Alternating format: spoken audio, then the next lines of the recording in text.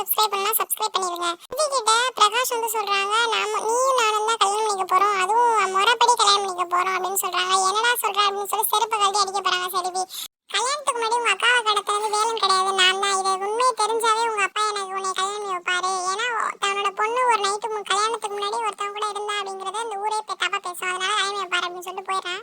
சக்தியும் வேலுவும் வீடு கிளீன் பண்ணிருக்காங்க. அப்ப மார்கண்டியா வந்துட்டு, அம்மா என்னம்மா சாப்பிட்ற, பிரியாணி வேண்டவா அப்படின்னு சொன்னா, அவங்கள தெரிஞ்சு உங்களுக்கு உங்க தங்கச்சி பிரியாணி சாப்பிட மாட்டான்னு தெரியாதா அப்படின்னு சொன்னா, இல்ல நான் எவ்வளவு நாளா வெளில வாங்கி சாப்பிடுறது, நம்ம நான் குக் பண்ணி தரேன், ஓரளவுக்கு நான் நல்லா தான் சமைப்பேன் அப்படின்னு சொல்றாங்க. அப்ப நானும் காய் வாங்க வரேன் அப்படின்னு சொன்னா எல்லாரும் காய் வாங்க போயிடுறாங்க. மீனா சொல்லிடுறாங்க, அத்தாச்சி இங்க கிடையாது அப்படின்னு சொன்னா, சேரன் அவங்க அப்பா கிட்ட சொல்லி, அப்பா இங்க கிடையாதான், நம்ம மஸ்ட் போயிட்டு அவங்க வீட்டுல போய் பார்த்துட்டு வரலாம் அப்படின்னு சொல்றாங்க. அதுக்கு அவங்க அப்பா, நீ வராத, நான் போய் பார்த்துட்டு வரேன் அப்படின்னு சொல்லிட்டு மார்கண்டே வீட்டுக்கு போறதுக்காக வெளில வராரு. பார்த்தா அந்த பிரகாஷ் வந்து நிக்கிறான். அதோட இன்னைக்கு அந்த செய்தி முடிஞ்சுச்சு.